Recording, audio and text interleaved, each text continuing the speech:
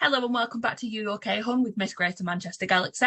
I'm Paige and here we are to talk all about mental health, body positivity, self-care and everything in between. Today I am joined by a very special guest, which is Sarah. So hello Sarah, welcome to the podcast. Hello, my love. So good to be here.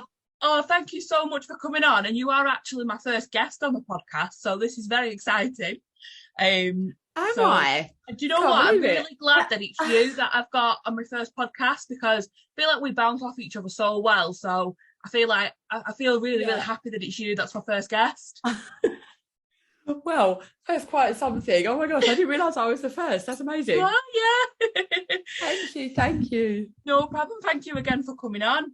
So in this episode, we're going to be talking about your mental health when it comes to kind of addictions and things like that, aren't we? So it's going to be a really interesting episode to get it because I don't really know much about kind of addictions and things like that. So it's going to be really educational and really good to kind of get your story out there and, you know, hear about your experience about it all. Sure. So me and Sarah actually met thousands of miles away in the lovely island of Menorca. We were very different people back then, weren't we? Very different people back then. So so it's nice that we still kind of keep in touch now, isn't it? Absolutely, 100%. I think sometimes you make friends when you're away, don't you? And then it peters out when you get back. But when you've got that real connection with somebody, like even if you don't speak all the time, you can still pick up the phone and go, "Hey, how you doing?" And it's like, as if no time has passed. And we've always kept that bond, haven't we? So it's great that no matter, even though we've both changed so much as people since then, like we're still able to just kind of, you know, bounce off each other and still be there for each other. So that was like 5 years ago now. 5 years ago, yeah, that's mental. That's crazy. So if you just want to tell us a little bit kind of, just a little bit of a brief kind of about your story and then like we'll come in with some questions and whatnot. Sure. Okay, so I am now 40 years old, which is hard to believe if you're actually seeing me. Do you know what? It still astonishes me your age. You don't look it. I am 40 years old, I can assure you. I feel about 100 at times. And I am presently a recovery coach. So I'm a recovery coach, I'm an inspiration coach, and I am a spiritual life coach, which I kind of fell into by accident. So long story short, I had started taking drugs when I was like 17 or 18 years old and lost most of my 20s in a haze of ecstasy and raves and, 3-day benders, a lot of darkened rooms, a lot of cigarettes. A lot of talking bollocks. But it was fun. It was fun and I loved it. And I lost so many jobs over it. And I persisted and thought I was having fun. Right. And then cocaine came along and everything kind of took a different turn. So the first sort of 7 years was like, I was in, I was out, I was in, I was out. It never really had a hold of me. And then one day it did. Now, I couldn't tell you where the tipping point was, Paige. Like it just happened. And actually I spent like 12 or 15 years even like really heavily reliant on cocaine to get me through basically everything. Good day, Coke. Bad day, Coke. Someone died, Coke. Sun is shining, Coke. All roads led to cocaine, basically. And I genuinely didn't realise it was a problem or that I had a problem, which to me now is just like, how did you not know that, you stupid woman? But, whilst you're in the thick of it, you're not really looking at it that way, are you? And so during the lockdown, my using became something of a problem. I have a 3-year-old son now. He was, maybe 1.5 or 2 at the time. Yeah. And I live with my mum as well. And I found myself using, like, I got to a point where I'd done like 500 quid in about 10 days. And I was just like, okay, you know what? There is something really, really, really wrong here.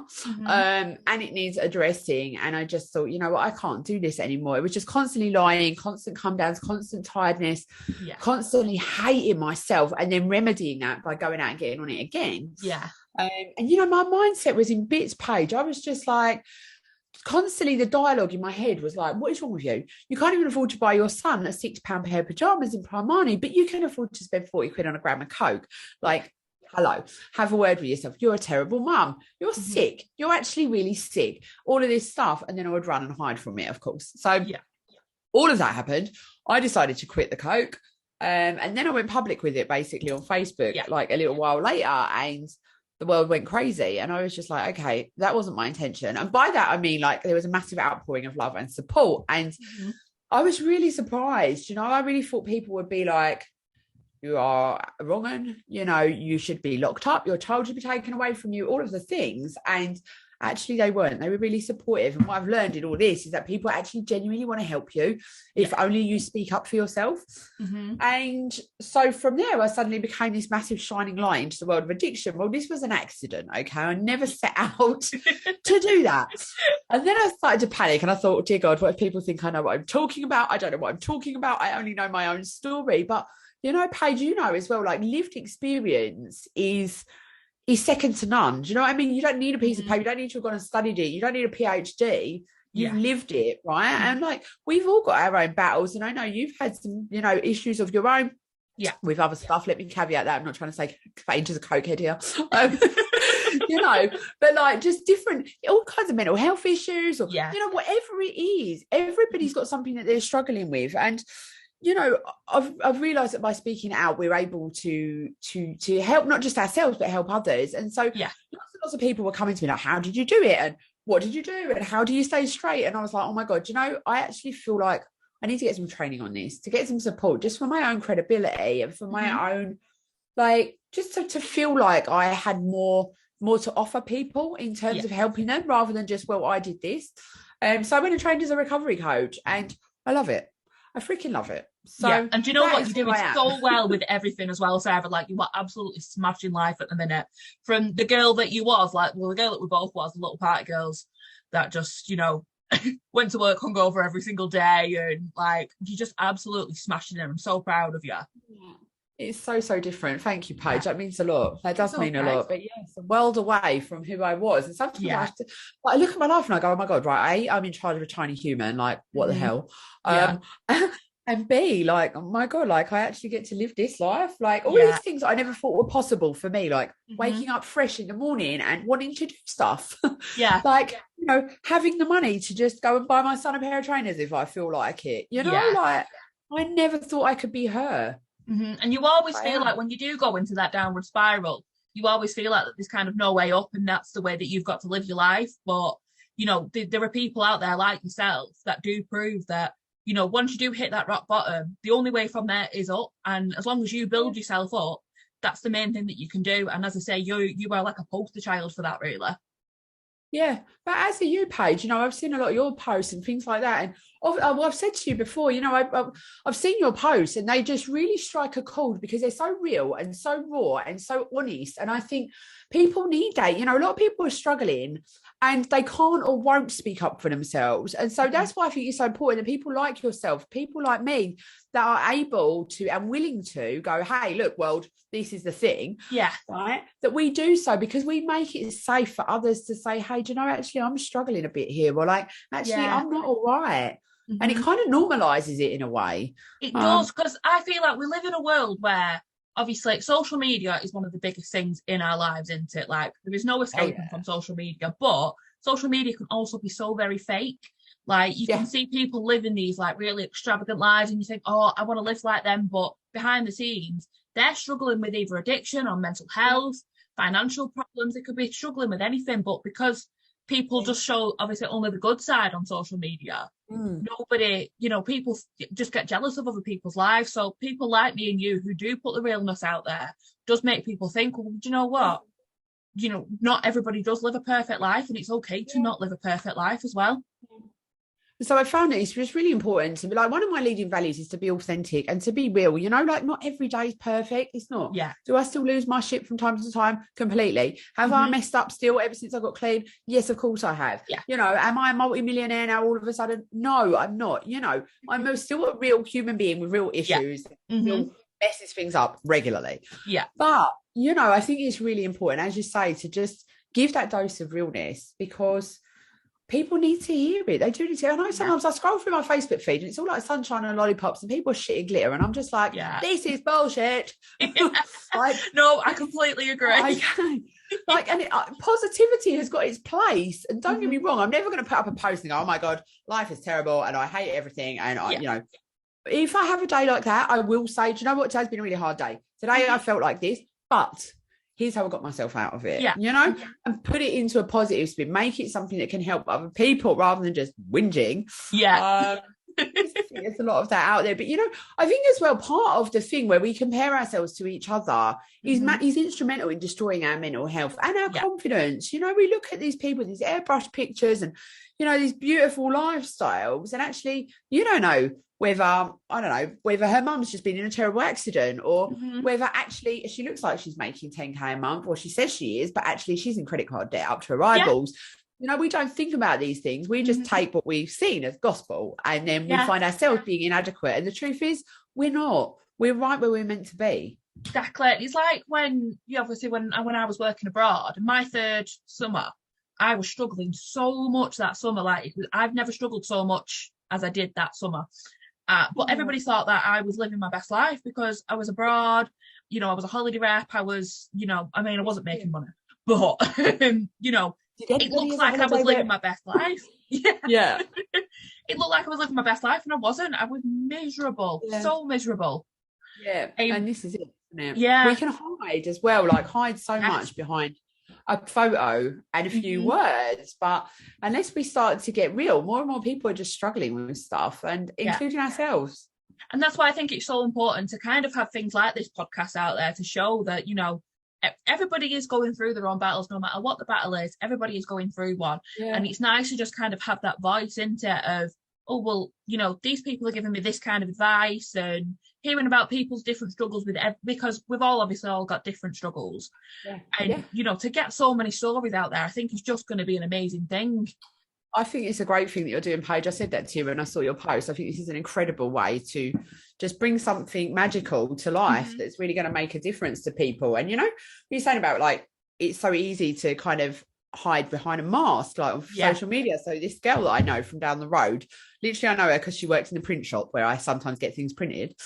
So we see each other in passing, and I haven't seen her for ages. She messaged me the other day. She went, "Oh my God, Sarah, I just found you on TikTok. Like, I had no idea that you had this struggle going on, that you had this battle. Like, I never would have known." And I was just like, it's amazing how much we can hide from the world. If we really want to. We can. We definitely can. So would you say, with your struggles with your addiction and whatnot, would you say that you had mental health problems and that's what got you addicted, or you got addicted and then kind of mental health problems came alongside of it? I don't know if I would ever say I had mental health problems per se.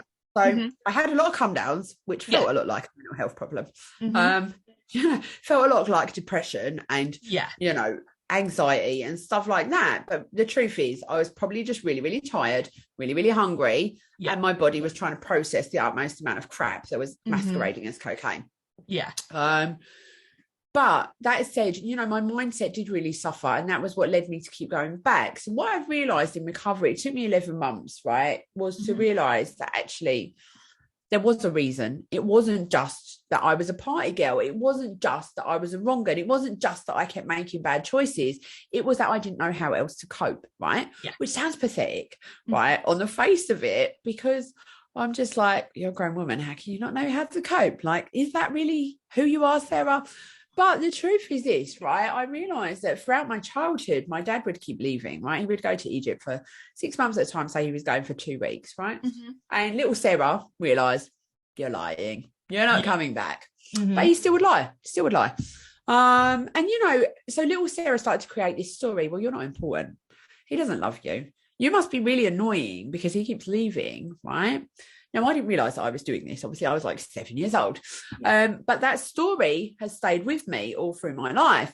And so, going on, we found out my dad had married somebody else in Egypt by the time I was about 13 or 14, which again reinforces the story. You're not important. You don't matter. You're not worthy of being told the truth to. You're worth nothing, right? And so this story's being built up.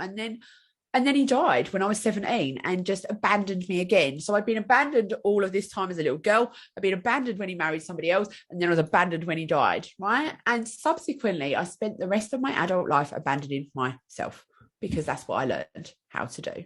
Was just absolutely broke my heart. Yeah, it broke my heart when I realised. I was just like, holy crap. Like I knew that I'd hit on the reason for it all. And I was just like, oh my God, I've carried that around all of my life. that abandonment, that sense of abandonment. And I felt so sad for that little Sarah, and I felt so sad for big Sarah, who's little Sarah was still running the show. And you know, for all of the things, Paige, I was just absolutely, I can't tell you how mind blown I was by that realization. I was so grateful to understand it. Do you know what? It wasn't just me. Like there was a reason for it. Like, and to understand that, you know, we do have things that happen to us that we don't realize are playing out now in later life. And you know, once you start to realize that, then you can start to heal it, and you can start to let it go, and you can start to move forward. But I spent a long time in recovery thinking, why me? How did I get here? How did this happen to me? Why can't I just be one of those people that just uses on a weekend and then goes to work, or doesn't spend all their money, doesn't stay up for 3 weeks on end? But I couldn't. I never could. I was never her. You know me. I'm all or nothing. And I read this thing once where it said, like, your mind is like a jar, and you keep putting things in this jar, and you just put it to the bottom of the jar, and that's it. It doesn't come to surface. But the more you fill it, obviously, the more overflow in this jar is going to come. And one day, it's going to explode, and everything's all going to come out. So that's a good analogy. Do you know what? And ever since I've seen that, like, it makes you think about things really differently. It makes you think we shouldn't bury things to the bottom of our surface, because then it does come out in ways. Like for me, with my bipolar, you know, it will come out in a manic, or it'll come out in a depressive, or it'll come out in hearing voices or anything like that. So you know, we shouldn't be burying these things, but it's what we do as humans, though, isn't it? And so to answer your question, I think probably that impacted my mental health, but not in a way that, you know, that we might recognize, like in the context that we're talking about. It's just affected my spirit, really, you know, and my self-worth, my self-confidence, how I valued myself, how I perceived things, and the filter that I saw things through, and the way that I treated myself, obviously. So, and would you say that you kind of had bad influences around you, or were you the bad influence? Like, which way around was it? You know me. It was you. So I don't need any persuasion, and I can be very persuasive. Let's leave it at that. You know, I never willfully kind of led anyone astray, but it never fails to astound me that when I was getting on it, when I was in my heyday, every single person that I knew was a party girl or a party guy, and everybody got on it. It was what we did. I didn't know anybody that didn't, apart from my mum. And now that I don't, I barely know anybody that does it, you know. So it's so true that what we put out there is what we get back. You know, our vibe attracts our tribe. I couldn't go anywhere. I couldn't walk 2 foot without meeting a drug dealer.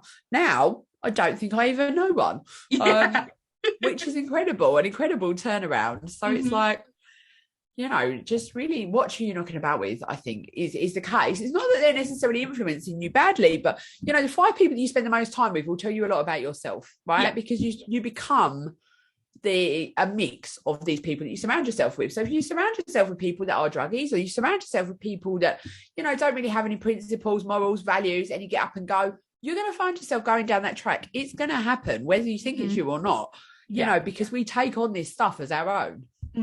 Yeah, no, I completely agree with you. You definitely have to surround yourself with your people, don't you? You're like, there's always going to be 1 or 2 bad eggs in your life. There's going to be certain people that you just can't get rid of, but you can distance yourself from them. But you do need to surround yourself with the people that are going to be the best influence on you, and just want the best kind of things for you. Like you said, with you putting your story out there, you know, you thought, oh God, people are going to give me stick. But in reality, the people that you've got in your life were actually there for you when you shared your story. So random strangers on Facebook page, literally my inbox was just popping off, and I was like, what the heck? And I was thinking, who is going to buy anything from me in my business? Like, who wants a coach that's a cokehead? Who wants a coach that's come out and said, hey, I've been lying for like these last couple of years? And actually what happened was I made 10K right there and then in the first 10 weeks. And I was like, how did that even happen? And this is the power of the truth. And the thing is, I like, for example, obviously with me and my mental health problems, I would rather speak to a mental health nurse or a mental health doctor that has suffered with mental health problems, because they know the struggles, they know what it's like, they've been through it themselves, and they've got their own kind of story. So it's probably the same with you. All right, maybe not with addictions and whatnot, but people will know, well, Sarah's had her struggles, so she knows, she's been through the ringer with life. For sure, absolutely. And that is, that is part of what makes it safe. Like for us in recovery, like trying to explain getting on it to someone that's never done it, and they're just not going to get it. Like, in what logical world does it make sense to go out for a drink and then turn your phone off 6 hours later and go missing for 3 days and spend all your husband's money and then rock up back indoors thinking everything's going to be okay? Like, that doesn't make any physical sense in the logical world. For me, like, I would never do that. I've never done that. So to me, like, I find that a mad thing that people actually do that. But there are people that do that. Right. And so I've done that. Yeah. Yeah. In reality, in the cold light of day, I'm like, what? No wonder he was going skids. Yeah. But at that time, I was just chasing the drugs. I didn't care. I didn't care about anything else. It got to a point where it was like, okay, shit, reality's kicking in. It's getting towards 8 o'clock in the morning. I already haven't been home all night. I'm going to be in trouble now. Might as well make it worth it. And then go find another party. Yeah. And so you can't explain that mentality to someone that hasn't done it, right? So this is kind of the common thread amongst those that are in recovery, is that we've all got these big catastrophes and things that we haven't done or haven't shown up for, people that we've let down or wrongs that we've done. And it's not like a competition to see, I did this and I did this, right? Yeah. But we understand each other and we can accept and meet each other right where we're at, rather than trying to explain it to somebody. Like sometimes I have conversations with my mum and she's just like completely baffed, which obviously she would be, but then I perceive that as judgment and criticism and, her talking down at me, and then I get defensive and then we have an argument. It doesn't help, right? But if I spoke to a peer, I spoke to another recovery coach, or I spoke to someone else in the recovery community, they'd understand in a heartbeat. And you can't get that from a doctor or from a friend that has never been through it. It's got to be somebody that's been there, as you say.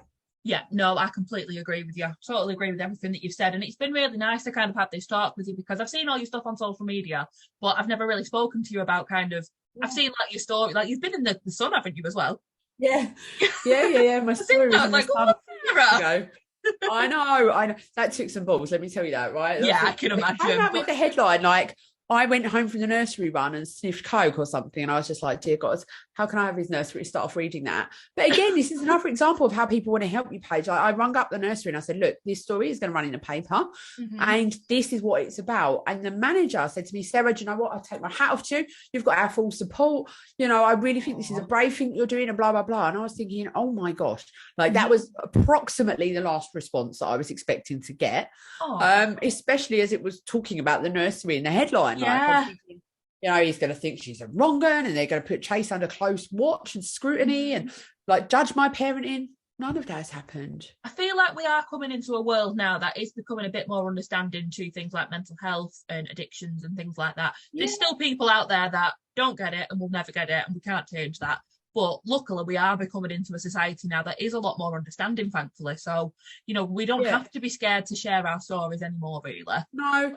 And you know what? The people that don't get it, or the people that judge, well, do you know what? They're not our people, yeah? Like, whenever you share your message, Paige, you, me, anyone else, like, we have to just trust that the right person is going to hear it in the right way at the right time. And that's it. And anybody that doesn't resonate with it, well, they can either, unfriend us, block us, scroll on, a series of things, or they can attack us. They can attack us, but that doesn't have to mean anything. It doesn't mean anything about us. It's just a reflection of them, and so it's important for us to just keep freaking going, because you don't know the difference that you're making, babe. And I know I've said this to you before, but for your listeners, when we put something out there and we don't get any response on Facebook, or we don't get any likes, we don't get any engagement, we think, well, okay, nobody cares about that. Nobody was interested in that. But you don't know, right? Somebody could be sitting broken in their living room thinking like, I feel fat, I feel ugly, I feel horrendous, nobody fancies me, nobody wants me, I've got no friends. And they read a post that little old you has written, and it makes the freaking world of difference to them. They never respond on your post. They never reach out to you, messenger. You never know, but actually you've literally saved somebody's life, right? And I believe that every single one of us is here with a message for somebody. We've all got people that we're assigned to, so just keep going. I agree. And I always think, as long as you help just one person, then you've done more than enough. You've done well more than enough. So I completely agree. And that's so just post page. I love your posts. I think they're amazing. I try my best. I do. I've been a bit inactive over social media over the last week or so, but we've got to have our little breaks, haven't we? Hell yeah. So just one last thing, Sarah, what would be your advice to somebody who thinks that they're struggling with alcohol addiction or drugs addiction, or they are just a general party girl and or boy and don't know how to come out of it? What would your advice be for them? So first thing, I guess, is just really assess whether there is a problem or not. And there's a number of ways that you can do that. So first of all, ask yourself, are you missing stuff, right? Are you missing things that you're supposed to be doing? Are you not turning up for work? Are you not turning up for family dues, right? Are you hiding? Are you keeping it a secret, right? Or do your friends know? Do your family know what it is that you're doing? These can be real red flags, right? Are you blacking out? Yeah. These are the things that are the giveaway signs. So from there, really, I would encourage you to admit it, right? Admitting it to yourself is the biggest one of all, right? There's never an admission that you will make to anybody that's going to be harder than the one that you make to yourself. When you actually look yourself in the eye and go, okay, yeah, I actually am not in control of this. It is in control of me. And once you've done that, it makes it easier to go ahead and talk to somebody, right? And it doesn't have to be somebody that you know. It doesn't have to be your mum or your boyfriend or your husband. You can call anonymously and speak to somebody. You can find support services on the internet, on Facebook. You can message me if you really want to. Whatever it is, right? But speaking about it makes it real, right? Speaking about it makes it real. And once you've done that, once you've broken that, once that straw has broken the camel's back, that's it. You're good to go. Okay. Like, addiction is not the end of the road. Recovery is the start of it. Yeah. And so just know that wherever you are right now, whether it looks dark, whether it looks bleak, homeless, everything's broken, you're skint, you don't know how you're going to get to work tomorrow, whatever it is, this is not your final destination. Yeah. It absolutely isn't. Miracles happen regularly. You can be saved. You can turn your life around. It's not too late. Oh, that's amazing advice. Thank you, Sarah. And if you just want to drop your social medias in there for anybody who wants to connect with you as well. Sure. Okay. So on TikTok, I am the Recovery Witch. On Instagram, the Recovery Witch. Or the Recovery Witch. And that. Same on Facebook as well, actually. And obviously you'll find my personal profile under my name. So go ahead and check me out. If you want to drop me an email, it's the recoverywitch2911@gmail.com. Brilliant. And I will post all of Sarah's socials on the info of this video, whether you're watching through Spotify, YouTube, Instagram. However, Sarah's information will be on there for you as well if you do want to reach out and keep on following her story. But thank you so much for coming on, Sarah. I really do appreciate it. And for anybody who does think that they might be struggling with anything that we have spoke about in this episode, again, in the information in the video, I will be popping in some helpline numbers and email addresses for you as well. But thank you very much for listening to You OK Hun with Miss Grace of Manchester. And again, thank you very much to our very special guest, Sarah. You're very, very welcome. Thank you.